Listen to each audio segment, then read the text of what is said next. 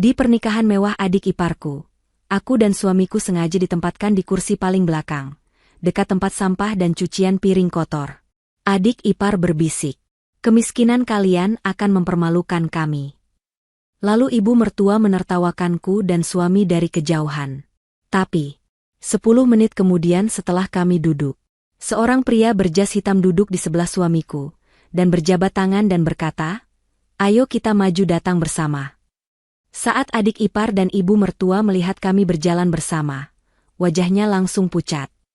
Karena, sebelum ceritanya dimulai, silahkan tulis di kolom komentar dari daerah mana saja teman-teman yang menonton cerita ini. Jangan lupa like dan subscribe agar channel ini bisa semakin berkembang dan bisa mempersembahkan cerita yang lebih menarik lagi. Gedung pesta itu menjulang megah, bermandikan cahaya lampu kristal yang menyorot mobil-mobil mewah yang berhenti di lobi utama. Sylvia merapikan hijab sederhana di kepalanya, merasa sedikit canggung. Gaun terusan polos yang ia kenakan adalah yang terbaik yang ia punya, bersih dan rapi. Di sebelahnya, Angga, suaminya, terlihat tenang dalam kemeja batik lengan panjang yang juga disetrika licin. Mereka tampak seperti pulau kecil kesederhanaan di lautan kemewahan yang luar biasa. Saat mereka melangkah masuk, Ibu Monik, ibu mertua Sylvia, langsung melihat mereka. Wajahnya yang tegang oleh riasan tebal langsung berubah masam. Beliau menghampiri mereka dengan langkah cepat, derap sepatu hak tingginya terdengar tajam di lantai marmer. "Kalian akhirnya datang," desis Ibu Monik, matanya memindai penampilan mereka dari atas ke bawah. "Syukurlah kalian tidak pakai baju gembel. Setidaknya masih bisa dimaafkan."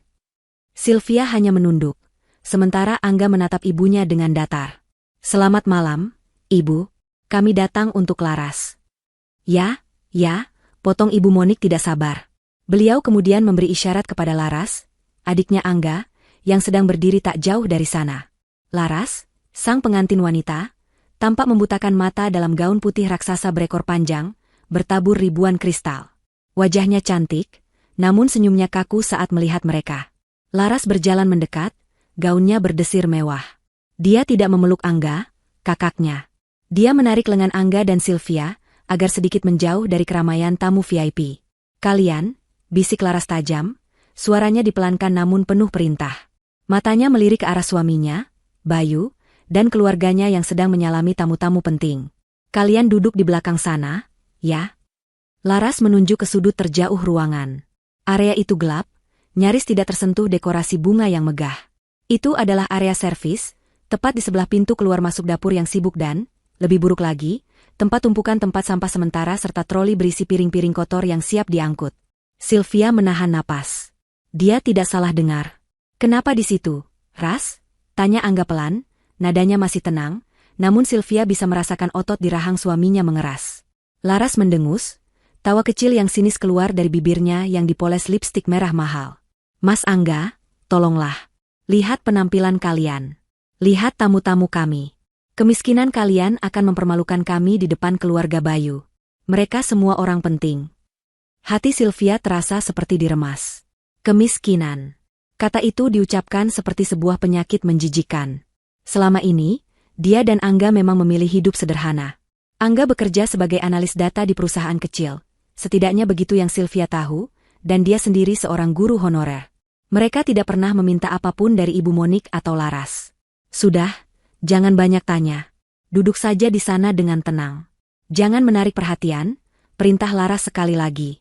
Sebelum mereka sempat menjawab, Laras berbalik dan kembali ke singgasananya di pelaminan, senyum palsunya kembali terpasang. Ibu Monik mengawasi drama itu dari kejauhan, dari meja VIP tempat beliau duduk.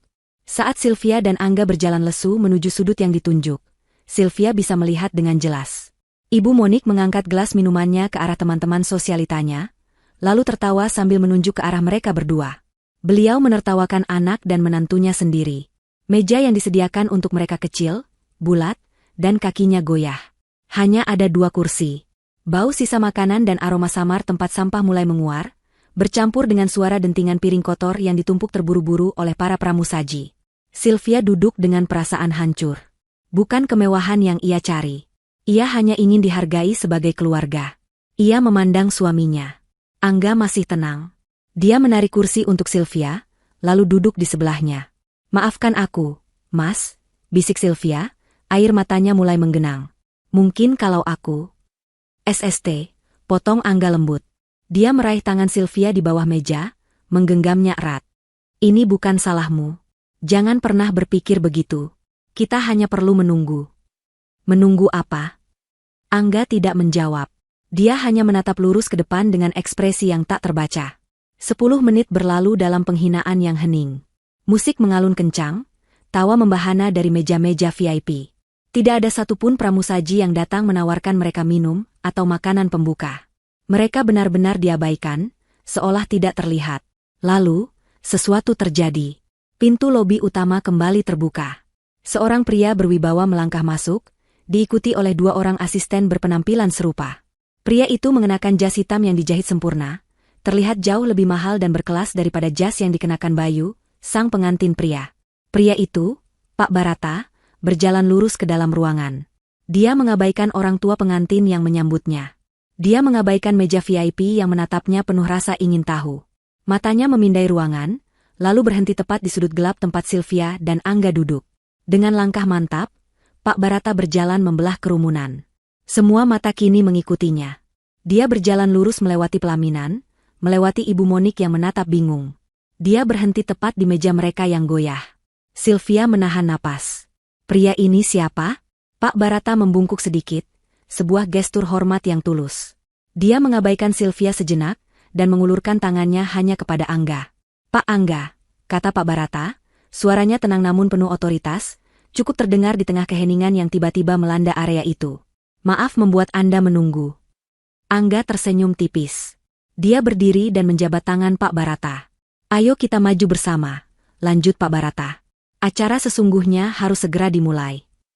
Seluruh mata di ruangan itu kini terpaku pada sudut gelap di dekat tempat sampah. Musik yang tadinya riuh mendadak berhenti atas isyarat tangan Pak Barata kepada operator suara. Keheningan yang tercipta terasa pekat dan canggung. Siapa pria berjas hitam ini? Dan kenapa dia menjemput Angga, si pecundang keluarga? Pak Barata tidak memedulikan tatapan ratusan tamu. Dia berbalik, bertindak seolah pembuka jalan bagi seorang raja. Angga, dengan ketenangan yang sama, menggandeng tangan Sylvia yang masih bingung, membantunya berdiri. Ayo, sayang, bisik Angga. Sylvia hanya bisa menurut. Dia melangkah keluar dari sudut gelap itu, bergandengan tangan dengan suaminya, mengikuti Pak Barata.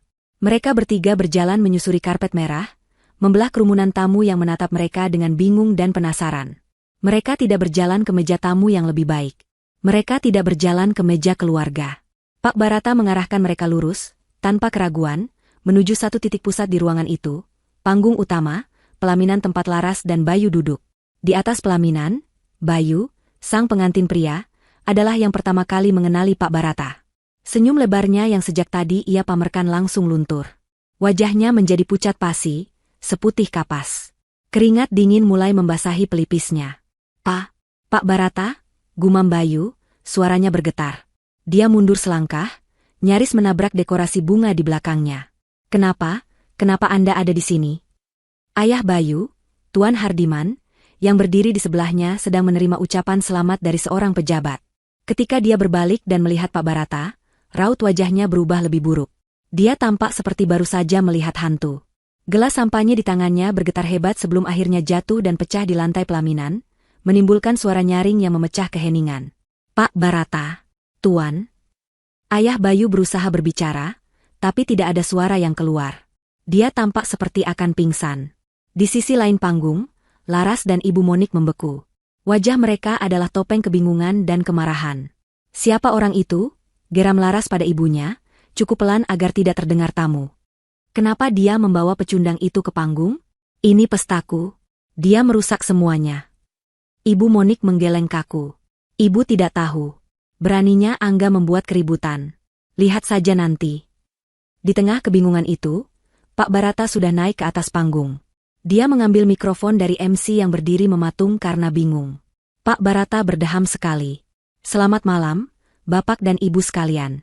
Maaf atas interupsi mendadak ini, suara Pak Barata terdengar tenang, jelas, dan berwibawa, menggema ke seluruh penjuru gedung melalui pengeras suara. Saya di sini bukan sebagai tamu undangan. Saya di sini untuk bekerja. Suara di ruangan semakin hening. Ada seorang tamu kehormatan yang baru saja tiba, lanjut Pak Barata. Matanya menatap lurus ke arah Angga, yang kini berdiri di kaki panggung bersama Sylvia. Seorang tamu yang seharusnya duduk di kursi paling terhormat malam ini. Pak Barata lalu berbalik dan berjalan mendekati ayah Bayu, Tuan Hardiman. Dia tidak menyerahkan mikrofon itu kembali ke MC. Dia menyodorkannya langsung ke wajah Tuan Hardiman yang sudah basah oleh keringat. Tuan Hardiman, kata Pak Barata, suaranya masih tenang namun ada nada mengancam yang tajam. Tolong sampaikan salam Anda dengan benar. Bukankah ada seseorang yang sangat penting di sini yang ingin Anda sambut? Tuan Hardiman gemetar hebat.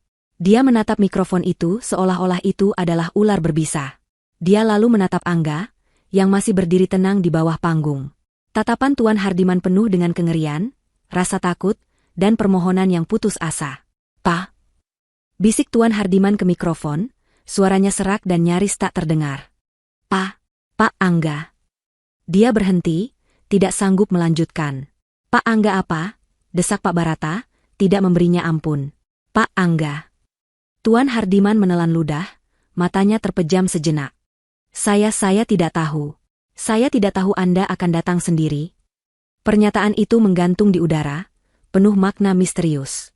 Laras dan Ibu Monik saling pandang. Tidak tahu Angga akan datang sendiri? Apa maksudnya itu? Angga memang selalu sendiri. Dia pecundang, dia tidak punya siapa-siapa selain istri guru honorernya. Kebingungan mereka kini bercampur dengan firasat buruk yang mulai merayap. Pernyataan Tuan Hardiman, "Saya tidak tahu Anda akan datang sendiri," menggema di udara, syarat akan makna tersembunyi. Laras dan Ibu Monik menatap bingung. Apa maksudnya? Siapa yang diharapkan datang bersama Angga? Pak Barata tidak membiarkan Tuan Hardiman lolos. Dia masih menyodorkan mikrofon itu. "Tolong jelaskan, Tuan Hardiman. Para tamu berhak tahu. Kenapa Anda begitu panik melihat kedatangan Pak Angga?" Tuan Hardiman terpojok. Di barisan depan tamu, beberapa pria berjas yang tampak penting mulai saling berbisik. Mereka adalah investor yang sedang diincar oleh Tuan Hardiman. Citra yang susah payah ia bangun selama berbulan-bulan, hancur dalam hitungan detik. Saya. Tuan Hardiman tidak sanggup berkata-kata. Dia menatap putranya, Bayu, seolah meminta bantuan. Tapi Bayu sendiri sudah pucat, bersandar kaku di kursi pelaminan. Dalam kepanikannya, Tuan Hardiman melakukan hal yang tak terduga.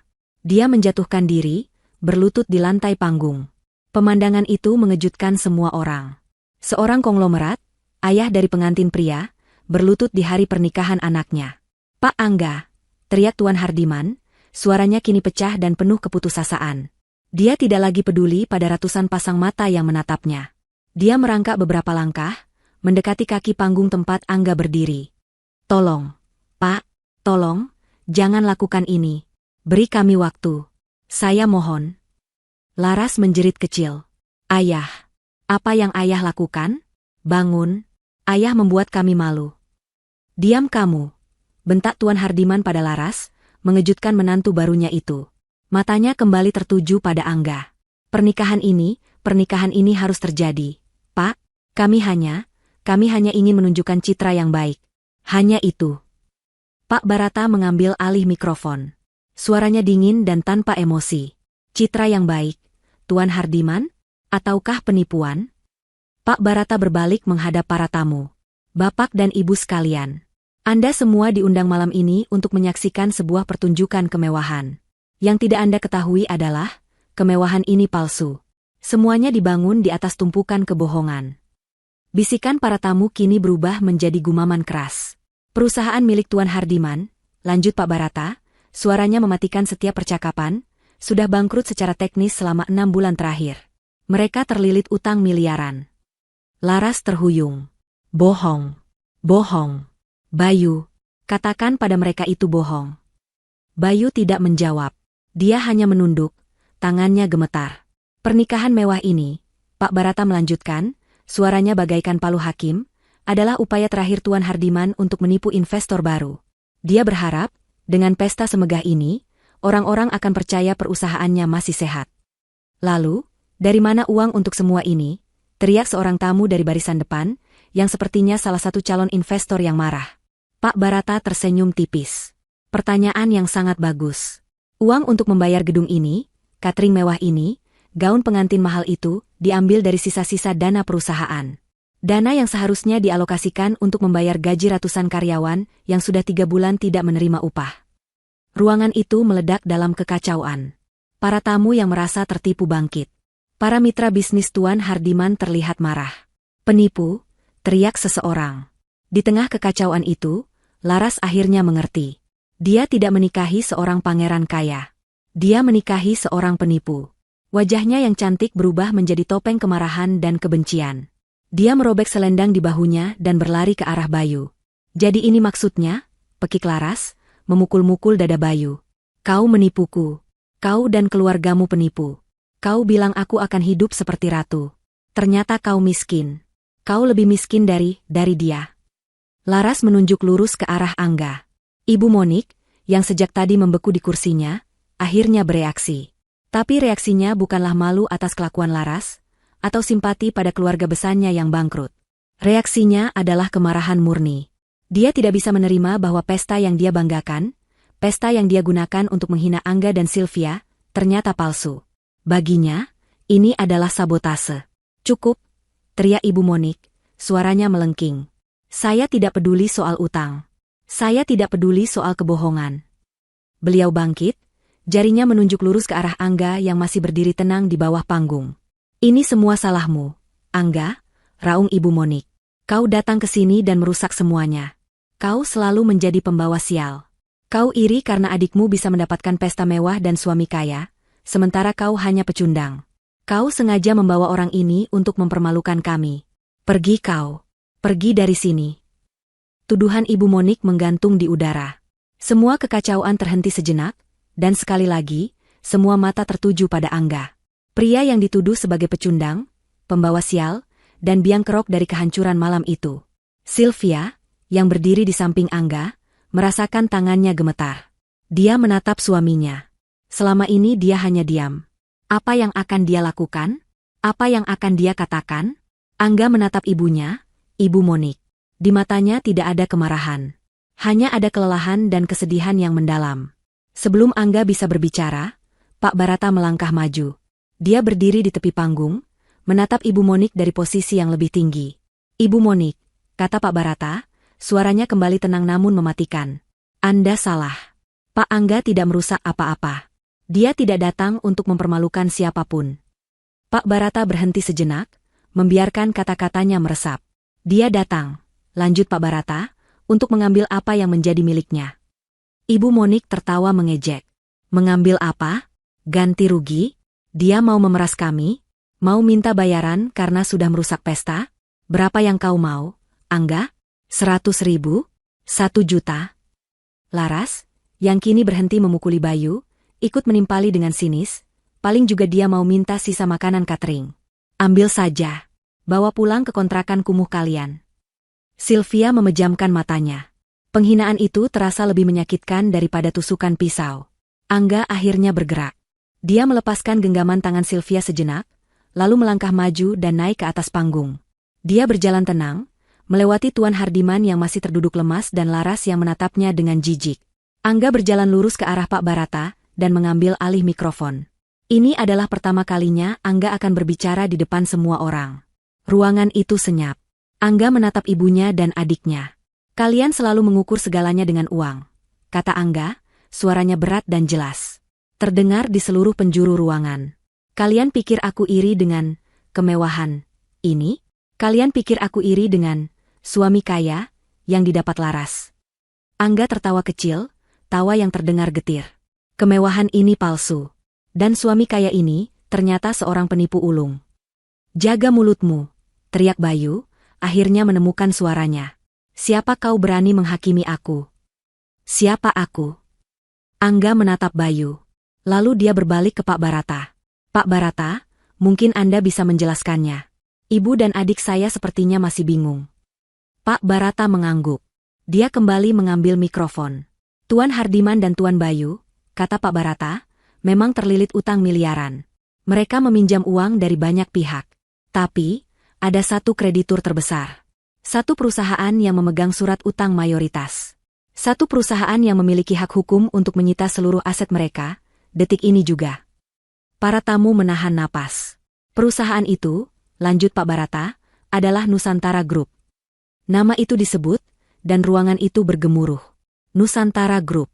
Semua orang di ruangan itu tahu nama itu. Itu bukan sekadar perusahaan. Itu adalah raksasa. Sebuah imperium bisnis multinasional yang cabangnya ada di mana-mana, yang bergerak di bidang pertambangan, properti, dan teknologi. Pemiliknya terkenal sangat misterius, tidak pernah muncul di media, dan dikenal sebagai salah satu orang terkaya di negara ini. Laras dan Ibu Monik tidak mengerti. Apa hubungannya semua ini dengan Angga? Ibu Monik menatap Pak Barata dengan curiga. Lalu kenapa? Kenapa kau ada di sini? Apa kau disuruh orang dari Nusantara Group itu? Pak Barata menatap Ibu Monik dengan dingin. Saya tidak disuruh orang. Dia lalu berbalik menghadap Angga, yang berdiri diam di sebelahnya. Di depan ratusan tamu, di depan keluarga yang menghinanya, Pak Barata melakukan sesuatu yang mengejutkan. Dia membungkukkan badannya dalam-dalam ke arah Angga. Sebuah gestur hormat yang luar biasa. Saya bukan teman Pak Angga, kata Pak Barata, suaranya lantang. Saya bukan rekan kerjanya. Saya, katanya, sambil kembali menegakkan badan, adalah Direktur Keuangan Nusantara Group. Dan saya adalah bawahan langsung dari pendiri, pemilik, dan CEO tunggal perusahaan. Pak Barata mengarahkan tangannya yang bebas ke arah Angga. Bapak Angga. Keheningan total melanda ruangan. Suara garpu jatuh di meja terjauh terdengar seperti dentuman lonceng. Sylvia membeku. Jantungnya serasa berhenti berdetak. Dia menatap suaminya. Suaminya yang sederhana. Suaminya yang dia kira analis data. Suaminya yang mengendarai motor tua. Suaminya yang pemilik Nusantara Group? Ini tidak mungkin. Ini lelucon. Ibu Monik ternganga. Mulutnya membuka dan menutup tanpa suara. Wajahnya, yang tadi merah karena marah, kini pucat seperti mayat. Laras gemetar. Matanya membelalak ngeri. Dia menatap Angga, seolah baru pertama kali melihat kakaknya. Angga menatap lurus ke kerumunan. Lalu, dia memutar tubuhnya dan matanya bertemu dengan Sylvia di bawah panggung. Dia melihat kebingungan, syok, dan ketakutan di mata istrinya. Angga tersenyum lembut, senyum yang hanya ditujukan untuk Sylvia. Dia kembali mengangkat mikrofon ke bibirnya. Maaf aku menyimpan rahasia, sayang, katanya, suaranya melembut, seolah hanya ada mereka berdua di ruangan itu. Lalu, Angga berbalik. Wajahnya kembali mengeras. Dia menatap Tuan Hardiman, Bayu, Laras, dan Ibu Monik. Pesta ini, kata Angga dengan nada final. Selesai. Tapi urusan kita, baru saja dimulai. Dunia Sylvia seakan berputar. Suara-suara di dalam gedung pesta menjadi bising dan berdengung di telinganya. Dia menatap Angga, pria yang tidur di sebelahnya setiap malam, pria yang mengeluh soal tagihan listrik bersamanya, pria yang menabung berbulan-bulan hanya untuk membelikannya gamis baru saat lebaran. Dan pria itu, pemilik Nusantara Group? Angga turun dari panggung. Dia berjalan lurus, mengabaikan Bayu yang terpuruk, mengabaikan Laras yang menatapnya dengan horor, mengabaikan ibunya yang gemetar. Dia berjalan lurus ke arah Sylvia. Ratusan pasang mata menatap mereka. Tapi Angga hanya melihat istrinya. Dia berhenti di depan Sylvia, di tempat yang sama di mana mereka dihina 10 menit lalu. Dia melihat ketakutan dan kebingungan di mata istrinya yang berhijab itu. Sylvia, panggilnya lembut. Mas, apa-apa ini semua? Bisik Sylvia, suaranya nyaris tidak keluar. Ini aku, sayang. Aku masih Angga, suamimu, katanya.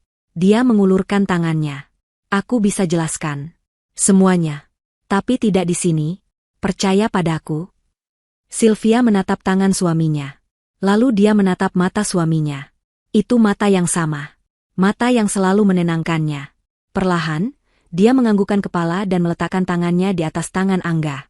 Genggaman Angga terasa hangat dan kuat. Saat itulah, ingatan Angga melayang kembali. Bertahun-tahun yang lalu. Dia masih muda, baru lulus kuliah dengan nilai terbaik. Ibu Monik dan Laras sudah mulai menuntut. Mereka membandingkannya dengan anak-anak kerabat lain yang langsung pamer mobil baru atau pekerjaan mentereng. Kamu ini bagaimana, Angga? Hardik Ibu Monik suatu malam saat makan malam. Adikmu, Laras, sudah pintar bergaul dengan anak-anak orang kaya. Kamu, hanya diam di kamar, membaca buku. Mau jadi apa kamu? Jadi gembel? Angga saat itu hanya menjawab tenang, aku mau membangun sesuatu, Bu. Sesuatu yang nyata. Membangun apa? Membangun rumah di awan? Lihat itu Laras. Dia cantik. Dia bisa dapat suami kaya. Kamu? Siapa yang mau sama kamu kalau kamu begini terus? Malam itu, Angga mengambil keputusan. Dia muak dengan pemujaan keluarganya terhadap harta. Dia muak dengan cara mereka mengukur nilai seseorang hanya dari apa yang tampak dari luar. Dia akan membangun sesuatu yang nyata, seperti katanya. Tapi dia akan melakukannya dengan caranya sendiri. Dia pindah dari rumah, beralasan mendapat pekerjaan di luar kota. Padahal, dia memulai bisnis rintisan di garasi kecil. Dia bekerja siang dan malam. Dia jenius. Bisnis rintisan itu meledak, menjadi perusahaan teknologi, lalu menggurita menjadi Nusantara Group. Dia sengaja menyembunyikan identitasnya. Hanya segelintir orang, seperti Pak Barata yang dia rekrut sejak awal, yang tahu siapa dia sebenarnya. Dia tetap hidup sederhana. Bukan sebagai pura-pura. Tapi karena dia memang tidak pernah peduli pada kemewahan. Dia hanya peduli pada proses menciptakan. Lalu dia bertemu Sylvia. Di sebuah perpustakaan kota yang sepi. Sylvia, seorang guru muda berhijab, sedang asyik membaca buku. Angga memperhatikannya. Ada ketulusan di mata wanita itu. Mereka mulai berbicara. Berbulan-bulan mereka dekat. Angga tidak pernah memberitahu siapa dirinya. Dia hanya, Angga, seorang analis data biasa. Ketika dia melamar Sylvia, dia bertanya, "Aku bukan orang kaya, Sylvia. Aku hanya punya gaji pas-pasan. Apa kamu mau hidup sederhana bersamaku?" Sylvia tersenyum saat itu. Senyum yang membuat hati Angga damai. "Mas, kekayaan itu bukan di dompet. Kekayaan itu di hati. Dan hatimu adalah hal terkaya yang pernah aku temukan." Malam itu Angga tahu, dia telah menemukan satu-satunya harta yang nyata di dunia. Dia menemukan Sylvia. Dia bersumpah akan melindungi wanita itu, bahkan dari keluarganya sendiri jika perlu. Kenangan itu buyar. Angga kembali ke masa kini. Dia menatap Sylvia dengan cinta yang meluap. Dia harusnya memberitahu Sylvia lebih awal.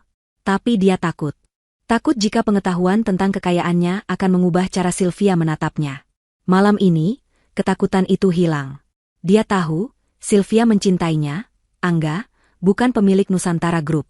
Penghinaan yang mereka terima malam ini adalah batasnya. Dia membiarkan Ibu Monik dan Laras menghinanya selama bertahun-tahun. Tapi ketika mereka berani menyentuh Sylvia, ketika mereka berani menghina istrinya, kesabarannya habis. Tepat saat Angga menggenggam tangan Sylvia, seluruh lampu utama di gedung pesta itu padam. Musik berhenti total. Hanya lampu darurat remang-remang yang menyala. Para tamu menjerit kaget. Lalu, pintu-pintu utama terbuka serentak. Sekelompok pria tegap berseragam hitam, bukan seragam keamanan gedung biasa, masuk dengan langkah teratur. Mereka tampak profesional dan sangat tenang. Pak Barata, yang masih di atas panggung, kembali berbicara. Suaranya kini diperkuat oleh megafon portabel. "Perhatian semua. Pesta ini resmi dibatalkan atas perintah pemilik gedung." Tuan Hardiman yang masih di lantai mendongak. "Apa? Pemilik gedung? Saya sudah bayar lunas." Pak Barata tersenyum dingin. "Anda membayar lunas kepada manajemen lama, Tuan Hardiman. Yang mungkin lupa Anda periksa adalah, minggu lalu, seluruh aset gedung hotel ini, termasuk ballroom tempat kita berdiri, telah selesai diakuisisi penuh oleh anak perusahaan Nusantara Group." Tuan Hardiman membeku. Dia tidak hanya berutang pada Angga. Dia mengadakan pesta di dalam properti milik Angga. Dalam kekacauan itu, Bayu akhirnya meledak. Tapi bukan dalam kemarahan, melainkan dalam keputusasaan total. Dia melihat masa depannya hancur. Penjara, kemiskinan, rasa malu. Dia berlari, menerobos petugas keamanan, dan menjatuhkan dirinya di kaki Angga. Bukan lagi berlutut. Dia bersujud. "Mas Angga, tolong." "Ampun, Mas." Tangis Bayu pecah, tidak peduli lagi pada harga dirinya. "Jangan ambil semuanya. Saya janji saya akan bayar. Saya akan kerja apa saja. Saya bisa mencicil. Beri saya kesempatan, Mas. Tolong." Angga menatap Bayu yang menangis di kakinya. Wajah Angga tetap tenang, namun matanya dingin. "Kesempatan?" ulang Angga, suaranya pelan namun terdengar jelas di tengah kesunyian. "Kesempatan yang sama seperti yang kau berikan pada ratusan karyawanmu yang belum gajian? Kesempatan yang kau pakai untuk menipu calon investor dan membiayai pesta palsu ini?" Bayu semakin terisak. Saya hilaf, Mas. Saya terdesak." "Kau terdesak," potong Angga, "tapi kau masih bisa menghina istriku. Kau membiarkan keluargamu menempatkan kami di meja dekat tempat sampah. Kau pikir aku lupa? Saat itulah Laras, yang sejak tadi membeku, akhirnya bergerak. Tapi reaksinya bukanlah rasa kasihan pada suaminya yang bangkrut. Bukan pula rasa malu. Yang ada di matanya adalah kebencian yang meluap-luap. Dia tidak marah pada Bayu yang menipunya. Dia marah pada Angga yang membongkarnya. Ini semua rencanamu, kan? Pekik Laras, suaranya melengking histeris. Dia berlari ke arah Angga, matanya nyalang seperti binatang terluka. Kau sengaja, Mas. Kau sengaja. Kau tahu semua ini dari awal. Kau tahu keluarga Bayu bangkrut. Laras berhenti tepat di depan Angga, jarinya menunjuk-nunjuk wajah kakaknya. Kau sengaja membiarkan aku menikahi penipu ini. Kau membiarkan aku dipermalukan di depan semua orang. Semua ini agar kau bisa datang ke sini sebagai pahlawan dan menertawakanku. Kau iri padaku. Angga hanya menatap adiknya tanpa ekspresi. Iri padamu, Laras? Iri pada apa? Gaun palsumu? Suami penipumu? Pesta yang dibayar dari uang gaji karyawan? Kata-kata Angga menusuk Laras tepat di harga dirinya. Kemarahannya kini beralih. Jika dia tidak bisa menyakiti Angga, ada target yang lebih lemah. Matanya beralih ke Sylvia, yang berdiri diam di belakang suaminya. Dan kau? Teriak Laras, wajahnya berubah buas. Perempuan ular berhijab. Kau pasti sudah tahu semua ini. Kau sama Sal. Kau berpura-pura miskin untuk menjebakku. Kau menikmati ini semua, kan? Laras melangkah maju, tangannya terangkat tinggi, siap menampar wajah Sylvia. Beraninya kau.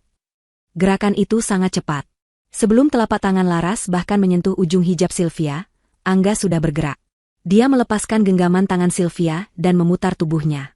Dia menangkap pergelangan tangan Laras di udara. Cengkeramannya begitu kuat hingga Laras memeki kesakitan. Angga menatap adiknya. Wajahnya kini tidak lagi tenang. Ada kemarahan yang membara di matanya. Suaranya keluar dengan desisan pelan yang lebih menakutkan daripada teriakan. Jangan pernah sentuh istriku. Angga mendorong tangan Laras menjauh dengan kasar. Laras terhuyung mundur, memegangi pergelangan tangannya, menatap kakaknya dengan campuran kaget dan takut. Dia belum pernah melihat Angga semarah ini. Di saat yang tegang itu, Pak Barata memberi isyarat. Tim penyitaan, kata Pak Barata dengan suara keras. Silakan mulai bekerja. Petugas keamanan yang tadi masuk kini bergerak. 2 orang mendekati Tuan Hardiman dan Bayu. Tuan Hardiman, Tuan Bayu, kata salah satu petugas dengan sopan namun tegas. Kami diperintahkan untuk menyita seluruh aset pribadi Anda yang dibeli menggunakan dana perusahaan. Mohon kerjasamanya.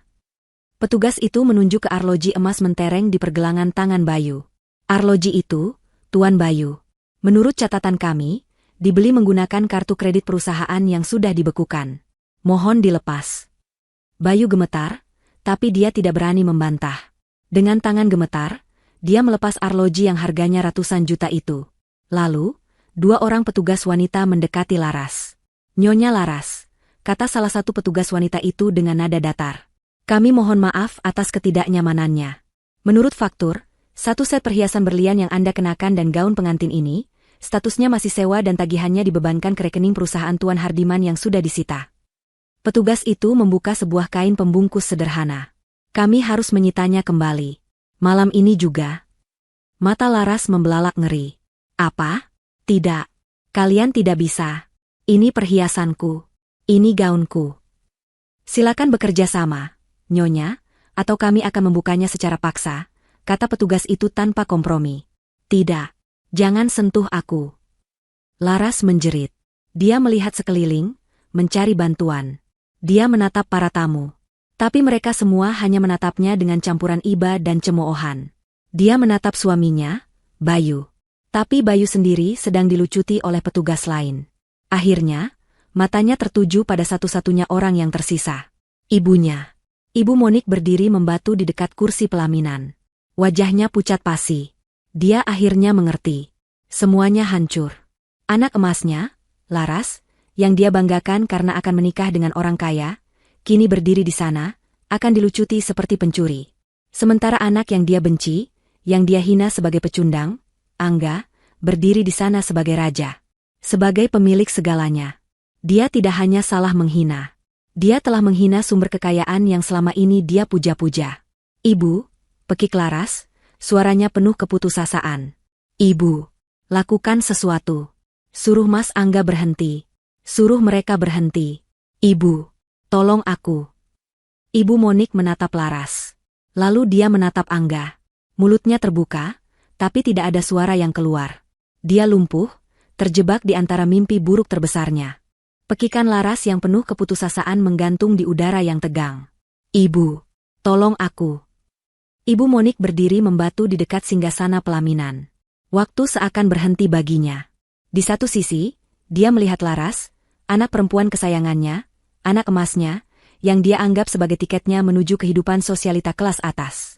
Laras kini dikelilingi oleh petugas keamanan berwajah dingin. Perhiasan yang tadi berkilauan di leher dan telinganya kini terancam akan dirampas.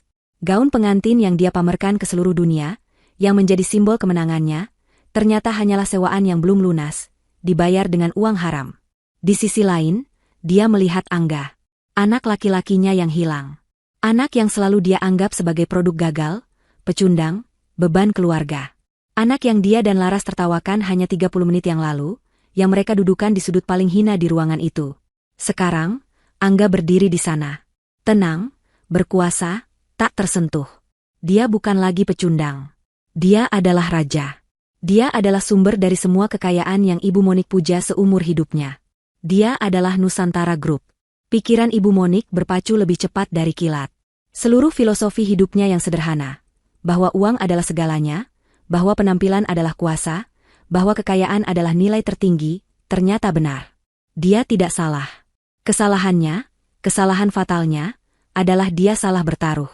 Dia mendukung kuda yang salah. Dia menghabiskan waktu bertahun-tahun memoles Laras untuk menangkap pangeran kaya, sementara pangeran yang sesungguhnya, sang raja, ada di rumahnya sendiri, dan dia malah menghinanya setiap hari. Ini bukan lagi soal Laras. Ini bukan lagi soal pesta yang hancur. Ini adalah soal kelangsungan hidup. Kelangsungan hidup Ibu Monik. Di seberang ruangan, Laras menjerit lagi saat seorang petugas wanita dengan tegas berkata, "Nyonya, mohon kerjasamanya. Lepaskan anting Anda, atau kami yang akan melepaskannya." "Tidak, ini milikku." Laras meronta, tapi dua petugas lain dengan sigap menahan tangannya. Jeritan Laras itu adalah pemicunya. Ibu Monik akhirnya bergerak. Tapi dia tidak berlari ke arah Laras. Dia tidak berlari untuk membela anak perempuan kesayangannya. Dengan tekad yang menakutkan, Ibu Monik mengabaikan Laras. Dia mengangkat gaun pestanya, dan berlari. Dia berlari melewati Bayu yang terduduk lesu. Dia berlari melewati Tuan Hardiman yang menatap kosong. Dia berlari lurus ke arah Angga. Tepat di depan Angga dan Sylvia, Ibu Monik melakukan hal yang tak terpikirkan. Dia menjatuhkan dirinya ke lantai marmer yang dingin. Dia berlutut. Tidak, dia bersujud. Persis seperti yang Bayu lakukan tadi, tapi dengan lebih banyak drama dan air mata yang kini mengalir deras, merusak riasan mahalnya. "Angga, anakku, anak ibu," raung Ibu Monik. Suaranya dibuat separuh mungkin, syarat dengan penyesalan yang palsu. Dia meraih, bukan pada kaki Angga, tapi pada ujung celana bahan sederhana yang Angga kenakan. "Angga, maafkan ibu, nak, maafkan ibu." Sylvia terlonjak kaget. Dia seorang wanita berhati lembut.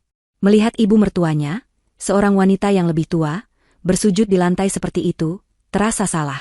"Bu, ibu, jangan begini. Bangun, Bu," kata Sylvia, refleks mengulurkan tangan untuk membantu Ibu Monik berdiri. Tapi Ibu Monik menepis tangan Sylvia dengan kasar. "Diam kamu," desisnya pelan, sekilas topengnya lepas, sebelum dia kembali memasang wajah memelas ke arah Angga. "Kamu tidak mengerti." Lalu, dia kembali fokus pada Angga. "Angga, anakku, ibu. Ibu hilaf. Ibu buta, nak. Ibu buta karena terlalu sayang pada Laras. Dia adikmu, dia masih muda, dia tidak tahu apa-apa. Dia hanya korban. Ibu yang salah. Ibu yang salah menilaimu. Ibu. Ibu tidak tahu." Angga berdiri diam, menatap puncak kepala ibunya yang tertunduk di lantai. Wajahnya tidak menunjukkan emosi. Dia telah melihat drama ini seumur hidupnya. Ibunya selalu tahu cara memanipulasi situasi. Dulu, dia menggunakannya untuk mendapatkan uang dari almarhum ayahnya. Sekarang, dia menggunakannya untuk mendapatkan pengampunan dan akses ke kekayaan, Angga. Ibu tahu kamu anak yang baik, lanjut Ibu Monik, kini tangisnya semakin menjadi-jadi, bahunya berguncang hebat. Kamu anak ibu yang paling baik, paling sabar. Kamu tidak mungkin tega melihat ibumu menderita, kan, nak? Kamu tidak mungkin tega membiarkan adikmu dipermalukan seperti itu, kan? Di seberang ruangan, drama kedua mencapai puncaknya. Lepaskan, jerit Laras. Petugas wanita itu, yang sudah kehabisan kesabaran, berhasil menarik anting berlian dari telinga Laras, meninggalkan goresan kecil yang mengeluarkan darah. Laras memekik. Mereka lalu mulai menarik kalungnya. Angga, lihat. Ibu Monik menunjuk ke arah Laras dengan gemetar. Mereka menyakiti adikmu. Hentikan mereka, nak. Hentikan semua ini. Kita lupakan semua ini, ya? Kita pulang. Ibu akan memasakkan makanan kesukaanmu. Kita mulai dari awal. Kita keluarga. Keluarga? Suara Angga yang dingin dan datar memotong ratapan Ibu Monik. Ibu Monik mendongak. Air matanya langsung berhenti. Dia melihat tatapan di mata Angga. Itu bukan tatapan marah. Itu bukan tatapan sedih. Itu tatapan kosong. Tatapan seseorang yang sudah selesai. Berdiri, Bu, kata Angga. Itu bukan permintaan. Itu perintah. Ibu Monik, merasakan perubahan suasana, perlahan bangkit berdiri. Tangannya masih berusaha menggapai lengan Angga. Angga mundur selangkah, menghindari sentuhan ibunya.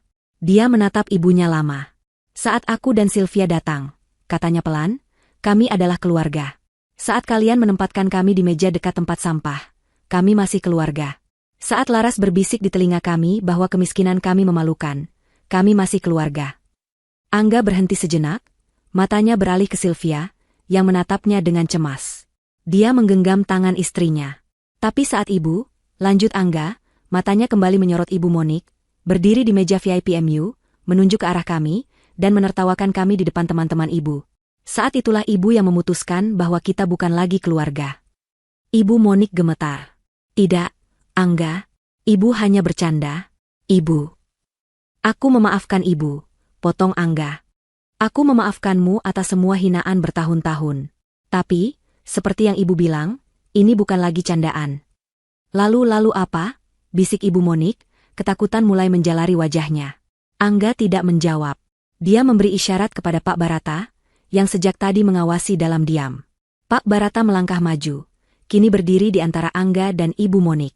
Pak Angga telah membuat keputusan, kata Pak Barata dengan suara bisnisnya yang datar. Anda dan Nona Laras tidak akan ditelantarkan. Secercah harapan muncul di wajah Ibu Monik. Dia menang. Angga masih peduli padanya. Pak Angga telah menginstruksikan kami, lanjut Pak Barata, untuk menyediakan tempat tinggal yang layak bagi Anda berdua. Sebuah apartemen telah disiapkan. Apartemen, seru Ibu Monik, wajahnya langsung berseri. Dia menoleh ke Laras, yang kini sudah berhasil dilucuti perhiasannya, dan sedang menangis dalam pelukan seorang petugas wanita yang membawakannya selimut tipis untuk menutupi gaunnya. Laras, dengar itu. Kita akan dapat apartemen. Kita akan tinggal bersama Angga. Di rumahnya yang besar. Tentu apartemen di sayap pribadinya.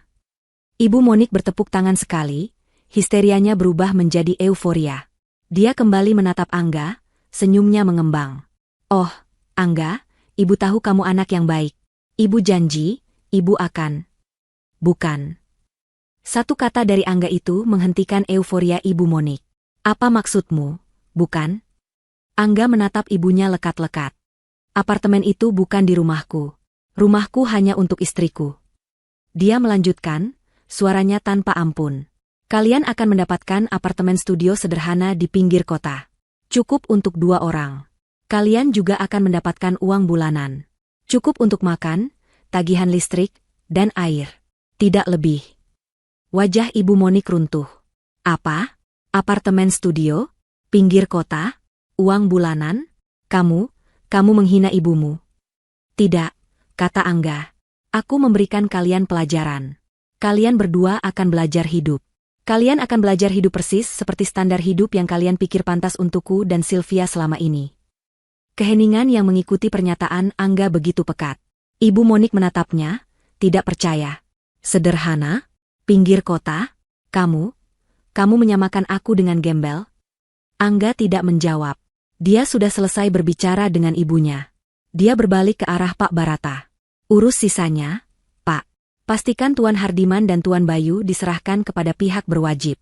Saya tidak ingin ada 1 rupiah pun uang perusahaan yang hilang. Baik, Pak Angga. Semuanya terkendali, jawab Pak Barata. Angga lalu berjalan ke arah Sylvia. Istrinya tampak terguncang, wajahnya pucat. Dia masih memproses semua yang terjadi. Suaminya, ibu mertuanya, pesta yang hancur. Ayo kita pulang, sayang, bisik Angga lembut, suaranya kini kembali hangat, seolah semua kedinginan tadi hanya untuk orang lain. Sylvia hanya bisa mengangguk. Angga menggenggam tangan Sylvia erat-erat. Dia tidak lagi memedulikan ibunya yang kini mulai meratap histeris, menyadari kekalahannya. Dia tidak lagi memedulikan Laras, yang terisak-isak dalam balutan selimut, melihat suaminya, Bayu, dan ayah mertuanya, Tuan Hardiman, digiring oleh petugas keamanan menuju pintu keluar. Angga memimpin Sylvia berjalan keluar dari ballroom itu. Saat itulah, pemandangan paling surreal terjadi. Para tamu yang tersisa, para investor yang tadinya marah, para sosialita yang tadinya bergosip, para pejabat yang tadinya menjaga jarak, seketika bergerak serentak. Mereka seperti baru tersadar dari hipnotis. Mereka sadar, Tuan Hardiman memang bangkrut, tapi di depan mereka kini berdiri sumber kekayaan yang jauh lebih besar. Pemilik Nusantara Group yang legendaris. Dalam sekejap, Angga dan Sylvia dikerumuni. Pak Angga, selamat malam. Seorang pria parubaya berkacamata tebal, yang tadi duduk di meja VIP, menerobos maju, mengulurkan tangan. Saya Kuncoro, Pak, dari Kuncoro Group. Sebuah kehormatan bisa bertemu Anda secara langsung. Kapan kita bisa bicara bisnis? Proyek tambang baru saya. Pak Angga. Saya Suryo. Serobot yang lain, seorang wanita dengan gaun merah menyala, menyodorkan kartu namanya. Saya tidak tahu Anda berteman dengan keluarga penipu itu. Mari, saya traktir Anda minum, kita bicarakan portofolio.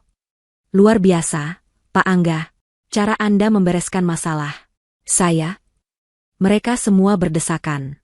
Orang-orang yang 30 menit lalu melihat Angga dan Sylvia berjalan ke sudut tempat sampah tanpa berkedip. Orang-orang yang mungkin ikut menertawakan dalam hati. Kini, mereka semua berebut untuk menjilat. Mereka menyodorkan kartu nama. Mereka membungkukkan badan. Mereka melemparkan senyum terluas dan paling palsu mereka. Sylvia merasa pusing. Kerumunan itu terasa menyesakan. Dia merapatkan tubuhnya ke Angga, sedikit takut. Melihat ketidaknyamanan istrinya, Angga berhenti. Dia tidak mengambil satupun kartu nama. Dia tidak menjawab satupun sapaan. Dia hanya berhenti, dan menatap dingin ke kerumunan di depannya. Minggir, katanya. Suaranya tidak keras. Tapi ada otoritas yang begitu mutlak dalam satu kata itu. Kerumunan itu seketika terdiam, lalu perlahan terbelah, seperti air laut terbelah. Mereka memberi jalan. Angga tidak membuang waktu. Dia merangkul bahu Sylvia, melindunginya dari tatapan-tatapan penuh rasa ingin tahu dan keserakahan itu. Dia berjalan lurus, melewati lobi yang kini terasa sangat panjang. Di pintu utama, Pak Barata sudah menunggu. Dia membukakan pintu untuk mereka. Udara malam yang segar terasa melegakan setelah suasana pengap di dalam. Sebuah mobil sedan hitam yang sangat mewah, panjang, dan berkilauan di bawah lampu lobi, berhenti dengan senyap tepat di depan mereka. Sylvia belum pernah melihat mobil seperti itu dari dekat. Seorang sopir berseragam keluar dan membukakan pintu belakang. Mobil sudah siap, Pak Angga, Nyonya Sylvia, kata Pak Barata. Terima kasih, Pak Barata. Pastikan Anda mengunci semuanya, kata Angga. Sudah pasti, Pak. Angga membantu Sylvia masuk ke dalam mobil. Interiornya luar biasa. Jok kulitnya begitu lembut, baunya harum, dan begitu mereka masuk, pintu ditutup oleh sopir. Suara bising dari lobi langsung terputus. Kedap suara. Seolah mereka masuk ke dalam dunia lain. Mobil melaju dengan mulus, meninggalkan gedung pesta yang kacau itu. Sylvia duduk diam, memandangi lampu-lampu kota yang berlarian di luar jendela. Tangannya masih digenggam Angga. Untuk beberapa saat, hanya keheningan yang ada di antara mereka. Keheningan yang nyaman, namun syarat dengan pertanyaan. Akhirnya, Sylvia yang memecah keheningan. Dia tidak menoleh. Matanya masih menatap keluar. Mas, bisiknya. Siapa kamu sebenarnya? Angga menghela napas panjang. Dia memutar tubuhnya menghadap Sylvia. Dia menangkup wajah istrinya dengan kedua tangannya, membuat Sylvia menatap matanya. Aku suamimu, katanya serius. Aku Angga. Pria yang mencintaimu lebih dari apapun. Pria yang kamu temui di perpustakaan kota. Pria yang selalu lupa menaruh handuk di tempatnya. Itu aku. Itu tidak berubah. Air mata mulai menggenang di mata Sylvia. Tapi, Nusantara Group? Semua ini? Kenapa? Mas? Kenapa kamu tidak pernah bilang sama aku? Apa aku tidak pantas tahu? Hati Angga terasa sakit mendengar pertanyaan itu. Pantas? Sylvia, kamu satu-satunya orang di dunia ini yang pantas mendapatkan segalanya. Angga lalu mulai bercerita. Dia menceritakan semuanya. Tentang masa kecilnya yang muak melihat ibunya dan laras memuja uang. Tentang keputusannya untuk membangun identitasnya sendiri. Dia menceritakan bagaimana dia memulai Nusantara Group dari nol di garasi kecil. Apartemen kecil kita, kata Angga, suaranya melembut, itu adalah tempatku paling bahagia, Sil. Itu adalah satu-satunya tempat di mana aku bisa menjadi Angga, bukan, Pak Angga, CEO Nusantara Group. Aku tidak berbohong saat aku bilang aku analis data. Pekerjaanku memang menganalisis data perusahaanku sendiri. Dia mengusap air mata yang mulai jatuh di pipi Sylvia. Lalu aku bertemu kamu. Lanjutnya, kamu Cahaya. Kamu guru honorer berhijab yang tulus, yang lebih memilih membeli buku daripada baju baru. Kamu mencintaiku saat aku tidak punya apa-apa, atau saat kamu mengira aku tidak punya apa-apa. Kamu mencintai, Angga, si analis data. Aku takut, Sil, akunya. Aku sangat takut. Aku takut kalau aku memberitahumu yang sebenarnya, caramu menatapku akan berubah. Aku takut kamu akan melihatku sebagai dompet berjalan, seperti cara keluargaku melihat dunia. Aku tidak sanggup kehilangan tatapan tulus itu. Sylvia kini menangis dalam diam, mendengarkan pengakuan suaminya. Aku salah, kata Angga tegas. Aku seharusnya percaya padamu.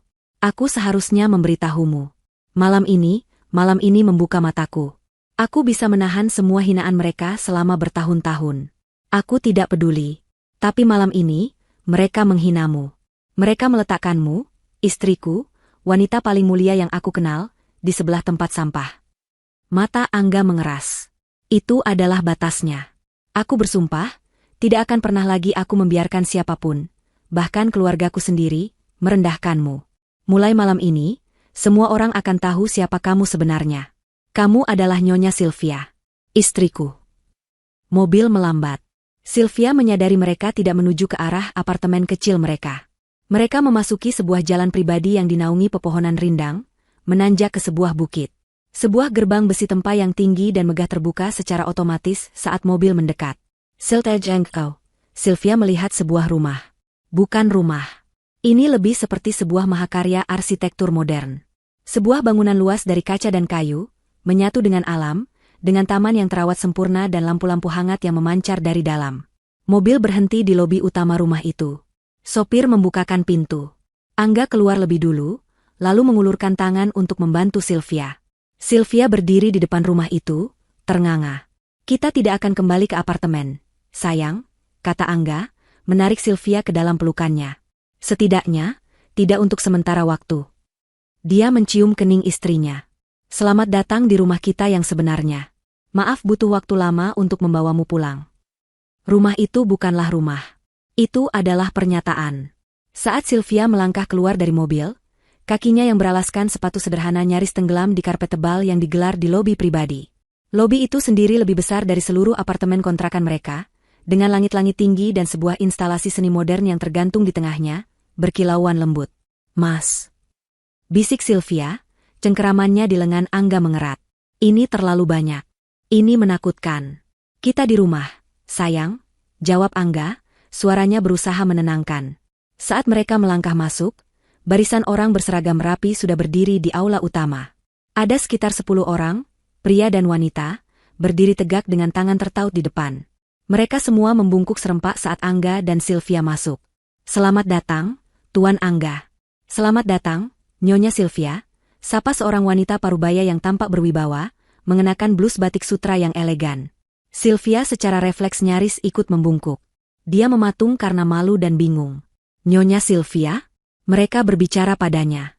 Sylvia, kata Angga lembut, memperkenalkannya. Ini Ibu Ratna.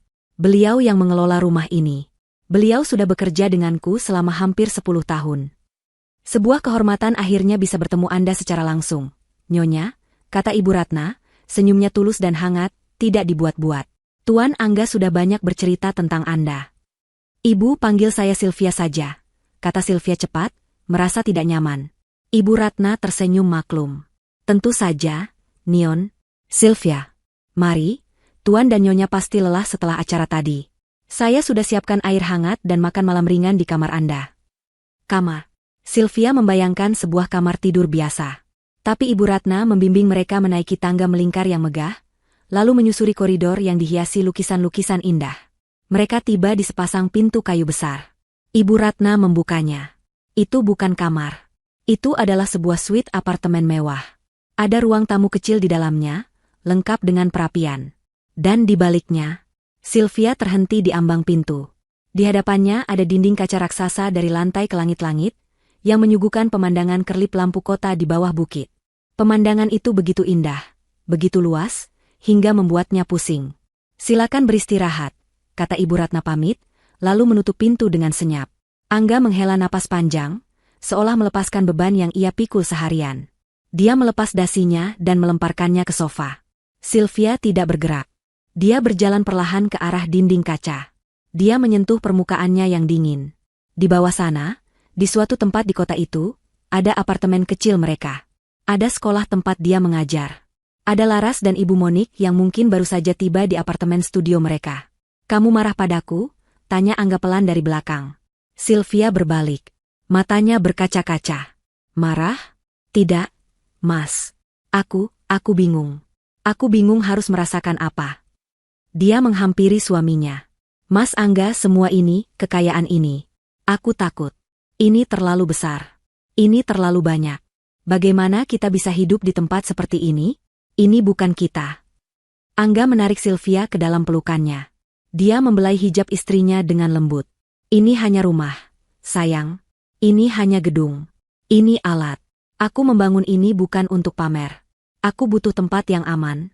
Tempat di mana para eksekutifku bisa bertemu tanpa terekspos media. Tempat di mana aku bisa bekerja tanpa gangguan.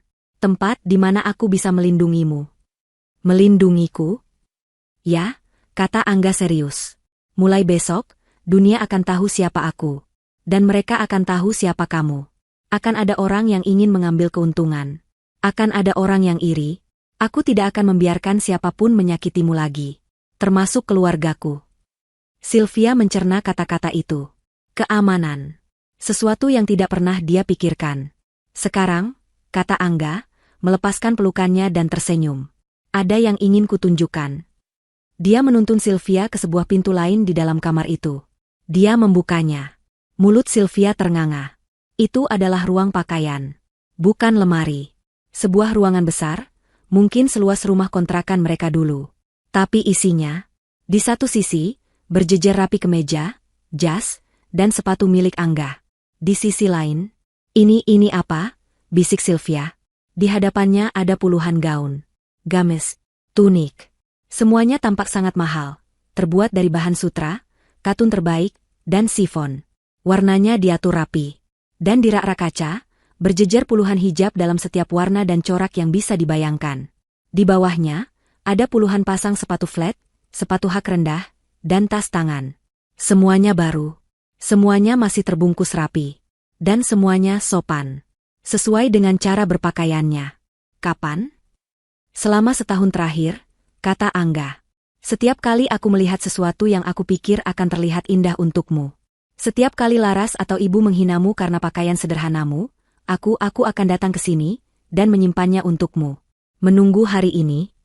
Air mata Sylvia akhirnya jatuh. Ini bukan tentang kemewahan. Ini tentang pemikiran.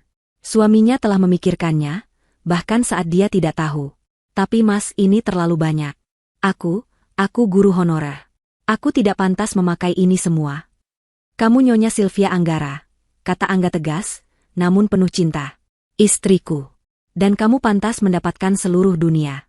Tapi aku tahu kamu tidak peduli dengan semua ini. Dia berjalan ke sudut ruangan, ke satu-satunya meja kayu di sana. Di atasnya tidak ada perhiasan.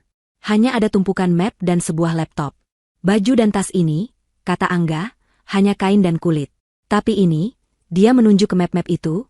Ini adalah kekuatan yang sebenarnya. Kekuatan untuk mengubah. Sylvia mendekat dengan penasaran. Dia membuka map teratas. Judulnya, Yayasan Cahaya Nusantara. Nusantara Group menghasilkan uang, Sil, kata Angga, berdiri di sampingnya. Sangat banyak uang. Jauh lebih banyak daripada yang bisa kuhabiskan seumur hidup. Selama ini, aku hanya fokus membangun mesinnya. Aku jenius dalam hal itu. Tapi aku tidak punya hati untuk membagikannya. Dia menatap Sylvia.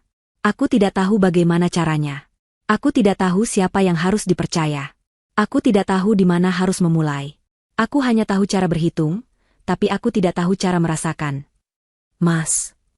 Lalu aku bertemu kamu, lanjut Angga. Kamu, yang gajinya sebagai guru honorer tidak seberapa, tapi kamu masih menyisihkan sebagian untuk kotak amal di masjid. Kamu, yang menangis saat melihat anak jalanan kedinginan. Kamu, yang memiliki hati paling murni yang pernah aku kenal. Angga mengambil tangan Sylvia dan meletakkannya di atas map yayasan itu. Aku tidak ingin kamu hanya menjadi istri dari CEO kaya yang duduk diam di rumah mewah, katanya. Aku ingin kamu menjadi partnerku. Aku ingin kamu menjadi hati dari perusahaanku. Aku ingin kamu yang menjalankan yayasan ini, katanya. Mata Sylvia membelalak. Mas, aku tidak bisa. Aku hanya guru. Aku tidak tahu apa-apa soal mengelola yayasan miliaran. Kamu tahu apa yang tidak aku tahu, potong Angga. Kamu tahu apa itu? Kebutuhan. Kamu tahu apa itu? Ketulusan. Kamu tahu rasanya direndahkan. Pak Barata akan menyediakan tim terbaik untukmu. Pengacara, akuntan, manajer program. Mereka akan mengurus administrasinya. Tapi kamu yang akan menentukan arahnya. Kamu yang akan memutuskan siapa yang akan kita bantu. Apakah itu panti asuhan, sekolah gratis untuk anak tidak mampu, atau modal usaha untuk janda-janda? Kamu yang menjadi bosnya. Sylvia menatap suaminya, lalu ketumpukan map itu. Ini adalah jawaban atas semua kebingungannya. Dia tidak bisa menerima kekayaan ini untuk dirinya sendiri. Tapi untuk orang lain, untuk dibagikan, itu adalah sesuatu yang bisa dia lakukan. Itu adalah sesuatu yang sejalan dengan hijabnya, dengan prinsip hidupnya. Ini bukan lagi beban. Ini adalah amanah. Sebuah kepercayaan. Dia menghela napas panjang, dan untuk pertama kalinya sejak masuk rumah ini, dia tersenyum tulus. Aku mau, Mas. Aku mau. Keesokan paginya, Sylvia bangun di kamar mereka yang megah. Dia sholat subuh di musola pribadi yang ada di dalam kamar, dengan pemandangan fajar di atas kota. Setelah sarapan, di mana dia masih canggung dilayani, dia tidak memakai gaun pesta atau baju mahal. Dia memilih gamis katun sederhana namun berkualitas dari lemari barunya, dan hijab yang serasi. Dia siap. Angga memperkenalkannya kepada tim yayasan yang sudah menunggu di ruang kerja utama di lantai bawah. Mereka semua profesional, dan menatapnya dengan hormat. Selama berbulan-bulan, Sylvia belajar. Dia membaca laporan. Dia mengunjungi lokasi. Dia belajar manajemen, dia belajar alokasi dana. Awalnya dia canggung, tapi hatinya yang tulus membimbingnya. Dia tidak mengelola dari Menara Gading. Dia turun langsung ke panti-panti asuhan, ke perkampungan kumuh. Dia mendengarkan. Dan dia bertindak. Di bawah kepemimpinannya, Yayasan Cahaya Nusantara yang tadinya pasif, berubah menjadi kekuatan filantropi yang luar biasa. Namanya mulai dikenal di kalangan aktivis sosial. Bukan sebagai istri Angga, tapi sebagai Ibu Sylvia, direktur yayasan yang tegas namun berhati lembut. Sementara itu, kabar dari dunia luar tetap berdatangan. Bayu dan Tuan Hardiman dijatuhi hukuman penjara beberapa tahun atas penggelapan dan penipuan. Perusahaan mereka dilikuidasi total. Dan Ibu Monik serta Laras, mereka tinggal di apartemen studio di pinggir kota. Uang bulanan dari Angga, seperti janjinya, cukup untuk hidup. Tapi, cukup, bagi mereka adalah neraka. Ibu Monik mencoba berkali-kali menghubungi Angga, tapi semua panggilannya diblokir dan dialihkan ke pengacara perusahaan. Laras, tanpa keahlian apapun dan tanpa wajah cantik yang terawat, harus bekerja untuk pertama kalinya dalam hidupnya. Dia bekerja sebagai resepsionis di sebuah klinik kecantikan kecil, pekerjaan yang dia dapatkan setelah memohon-mohon. Pekerjaan itu mengharuskannya tersenyum pada pelanggan, membersihkan area tunggu, dan membuatkan minum. Itu adalah penghinaan terbesar dalam hidupnya. Suatu hari, Laras dan Ibu Monik nekat datang ke gedung Nusantara Tower, menuntut untuk bertemu Angga. Mereka membuat keributan di lobi.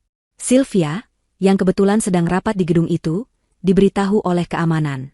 Dia turun ke lobi. Dia melihat mereka. Laras tampak kuyu, dan Ibu Monik tampak lebih tua 10 tahun. "Sylvia," teriak Ibu Monik saat melihatnya. "Bilang pada suamimu. Kami mau uang lebih. Apartemen itu seperti kandang tikus." "Mas Angga tidak pantas diperlakukan seperti ini," tambah Laras sinis. "Kamu pasti sudah mencuci otaknya." Sylvia menatap mereka dengan tenang. Dia tidak lagi takut. Dia bukan lagi menantu miskin yang bisa mereka hina. Dia berjalan mendekat. Dia mengambil buku cek dari tasnya. Ibu Monik dan Laras tersenyum penuh kemenangan. Sylvia menulis. Lalu dia menyobek lembaran cek itu dan memberikannya. Ibu Monik merebutnya. Matanya membelalak. Ini. Sylvia memberinya formulir pendaftaran program bantuan sosial dari Yayasan Cahaya Nusantara. "Itu formulir," kata Sylvia tenang. "Silakan diisi. Jika memenuhi syarat sebagai warga tidak mampu, yayasan kami akan memprosesnya. Sama seperti yang lain. Semua ada prosedurnya." Dia lalu berbalik dan berjalan pergi, meninggalkan Ibu Monik yang memegang formulir itu dengan tangan gemetar penuh amarah. 1 tahun berlalu sejak malam pernikahan yang kacau itu. Malam ini, Ballroom Hotel Indonesia Kempinski berkilauan. Ini adalah acara Indonesian Business of Philanthropy Awards, acara paling bergengsi di negara ini. Karpet merah dibentangkan, puluhan kamera media berebut mengambil gambar. Para menteri, konglomerat, dan sosialita papan atas hadir. Sebuah mobil hitam mengilap berhenti. Pintu terbuka. Angga keluar lebih dulu, mengenakan setelan tuxedo yang dijahit sempurna. Dia terlihat berwibawa dan tenang. Dia mengulurkan tangannya ke dalam mobil. Yang keluar adalah Sylvia. Para fotografer tertegun sejenak. Ini pertama kalinya Nyonya Sylvia Anggara, sosok misterius di balik Yayasan Cahaya Nusantara, tampil di acara sebesar ini. Dia mengenakan gaun panjang berwarna biru malam yang elegan, sopan, dan bersahaja. Namun semua orang tahu itu adalah karya desainer ternama. Hijab sutra yang serasi menutupi kepalanya, dipin dengan bros berlian sederhana namun memancarkan cahaya. Dia tidak canggung. Dia tidak takut. Dia berjalan di samping suaminya dengan senyum tenang dan anggun. "Pak Angga, Nyonya Sylvia," panggil para wartawan. Mereka adalah tamu kehormatan. Saat mereka masuk, panitia langsung mengantar mereka. Bukan ke belakang. Bukan ke sudut. Tapi ke meja utama, nomor 1, tepat di depan panggung. Mereka duduk bersama para menteri dan pemilik grup bisnis terbesar lainnya. Sylvia duduk, merapikan gaunnya. Dia ingat, setahun yang lalu, dia duduk di kursi goyah, di sebelah tempat sampah. Malam ini, dia duduk di kursi bludru yang nyaman, di sebelah suaminya, dikelilingi orang-orang paling berpengaruh di negeri ini. "Kamu baik-baik saja?" bisik Angga, merasakan sedikit getaran di tangan istrinya. Sylvia menatapnya, tersenyum. "Aku baik-baik saja, Mas. Ini hanya sebuah meja." Angga tertawa kecil. Dia tahu istrinya sudah menemukan kekuatannya. Acara berlangsung meriah. Satu persatu penghargaan dibacakan. Lalu, tibalah pada kategori utama. Dan, pemenang penghargaan, Philanthropist of the Year, jatuh kepada. Pembawa acara membuka amplop. Yayasan Cahaya Nusantara, di bawah kepemimpinan Nyonya Sylvia Anggara. Ruangan itu meledak dalam tepuk tangan. Sylvia tertegun. Dia menatap Angga. "Aku? Tapi, kupikir ini untukmu." "Piala ini milikmu, sayang," bisik Angga, matanya berkaca-kaca bangga. "Naiklah. Ambil." Sylvia, dengan jantung berdebar, bangkit dari kursinya. Dia berjalan ke atas panggung, anggun. Dia menerima piala kristal yang berat itu. Dia berdiri di podium, menatap ratusan pasang mata yang mengaguminya. "Assalamualaikum," bisiknya, suaranya sedikit gemetar namun jelas. Saya tidak menyiapkan pidato. Saya tidak pernah berpikir saya akan berdiri di sini." Dia berhenti sejenak, mengumpulkan pikirannya. 1 tahun yang lalu, saya adalah orang yang berbeda. Saya pikir, nilai seseorang ditentukan oleh apa yang mereka miliki. Ternyata saya salah. Nilai seseorang ditentukan oleh apa yang mereka berikan. Yayasan ini, dia memegang piala itu, bukan pekerjaan saya sendiri. Ini pekerjaan tim saya, para relawan, dan terutama suami saya, Angga, yang memberi saya kepercayaan. Terima kasih. Dia membungkuk sedikit dan kembali ke mejanya diiringi tepuk tangan yang lebih meriah. Angga menyambutnya dengan genggaman tangan erat. Beberapa saat kemudian, Sylvia berbisik pada Angga, "Mas, aku ke toilet sebentar." Dia bangkit dan berjalan menuju area toilet di lobi luar ballroom. Saat dia berjalan menyusuri koridor yang lebih sepi, dia melewati sebuah pintu servis yang sedikit terbuka. Pintu itu menuju area catering dan tempat staf beristirahat sejenak. Sylvia tidak sengaja melirik ke dalam. Dan dia melihatnya. Di bawah cahaya lampu neon yang pendar, duduk di atas tumpukan peti minuman, adalah Laras. Dia tidak lagi glamor. Rambutnya yang dulu tergerai indah kini diikat ekor kuda seadanya. Dia mengenakan seragam hitam putih standar untuk staf catering acara. Wajahnya pucat karena lelah, dan ada noda saus kecil di celemeknya. Dia sedang buru-buru memakan sepotong roti sisa dari piring tamu, sebelum manajernya melihat. Tiba-tiba, Laras mendongak. Mungkin merasakan ada yang mengawasinya. Mata mereka bertemu. Mata Laras dan mata Sylvia. Waktu seakan berhenti. Roti di tangan Laras jatuh. Wajahnya berubah dari lelah, menjadi kaget, lalu menjadi merah padam karena malu yang luar biasa. Dia tertangkap basah. Di acara termewah tahun ini, di mana mantu yang dulu dia hina adalah bintang utamanya, dia, Laras, hanyalah seorang pelayan yang mencuri makanan sisa. Semua penghinaan yang dulu dia lontarkan pada Sylvia, kemiskinanmu memalukan, kursi dekat tempat sampah, semua berbalik menghantam wajahnya sendiri. Disinilah dia sekarang. Bekerja di dekat tempat sampah dan piring kotor. Laras membeku, tidak bisa bergerak. Dia mengharapkan cemoohan. Dia mengharapkan tawa kemenangan. Dia mengharapkan Sylvia memanggil keamanan. Tapi Sylvia tidak melakukan apa-apa. Dia hanya menatap Laras. Tatapannya tenang. Tidak ada kebencian. Tidak ada kemarahan. Tidak ada juga rasa kasihan. Yang ada hanyalah pemahaman. Seolah berkata, inilah hidup. Sylvia mengangguk sekali, sangat pelan. Sebuah anggukan yang mengakui keberadaan Laras. Lalu, dia berbalik dan berjalan pergi, kembali ke ballroom. Anggukan itu lebih menyakitkan daripada tamparan. Laras akhirnya pecah. Dia terduduk di lantai yang kotor, di antara peti-peti minuman, dan menangis sejadi-jadinya. Menangisi kebodohannya. Menangisi kesombongannya. Menangisi nasibnya. Di dalam apartemen studio yang sempit di pinggir kota, Ibu Monik sedang menonton acara penghargaan itu di TV tabung kecil bekas. Dia melihat Sylvia naik ke panggung. Dia melihat Angga menatap istrinya dengan penuh cinta. Dia melihat kemewahan yang seharusnya menjadi miliknya. Itu harusnya kamu, Laras. Harusnya kamu yang di sana, teriaknya pada layar TV. Bukan perempuan kampung itu. Bukan dia. Dia mengambil bantal sofa yang kusam dan melemparnya ke TV. Tapi TV itu tetap menyala, menunjukkan kebahagiaan Angga dan Sylvia. Ibu Monik akhirnya jatuh terduduk di lantai yang dingin, menangis dalam kesendirian. Dia memiliki apa yang dia inginkan, uang bulanan. Tapi dia kehilangan segalanya. Di ballroom, acara mencapai puncaknya. Angga diminta naik ke panggung untuk memberikan pidato penutup sebagai donatur utama. Dia naik ke panggung. Tapi dia tidak langsung ke podium. Dia mengulurkan tangannya. Sylvia, ikutlah denganku. Sylvia, sedikit bingung, menerima uluran tangan suaminya dan berdiri di sampingnya di atas panggung. Angga mengambil mikrofon. Dia tidak melihat ke para menteri. Dia menatap istrinya. Selamat malam, katanya, suaranya menggema. Malam ini kita banyak bicara tentang kesuksesan, tentang angka, tentang memberi. Tapi saya belajar tentang memberi dari wanita di sebelah saya ini. 1 tahun yang lalu, lanjut Angga, suaranya kini dalam dan penuh emosi, di sebuah pesta, saya dan istri saya sengaja ditempatkan di kursi paling belakang.